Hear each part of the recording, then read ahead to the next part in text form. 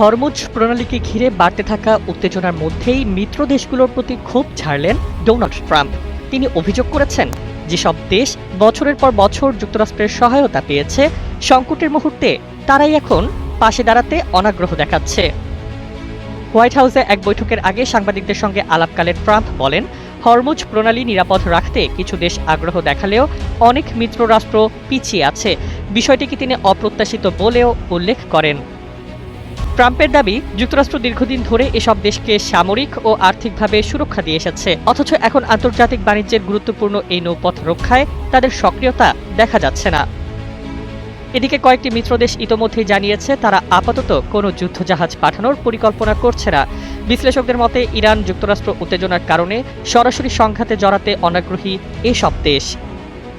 Trump আরও দাবি করেন, মার্কিন বাহিনী ইতোমধ্যে অন্তত ৩০টি মাইন স্থাপনকারী জাহাজ ধ্বংস করেছে, তবে বর্তমানে নতুন করে মাইন বসানো হয়েছে কিনা সে বিষয়ে নিশ্চিত নন তিনি। সব মিলিয়ে হরমুজ প্রণালীর নিরাপত্তা ঘিরে মিত্রদের এই নির্লিপ্ততা আন্তর্জাতিক অঙ্গনে নতুন করে বিতর্ক তৈরি করেছে এবং যুক্তরাষ্ট্রের কৌশলগত অবস্থানকেও চ্যালেঞ্জের মুখে ফেলেছে।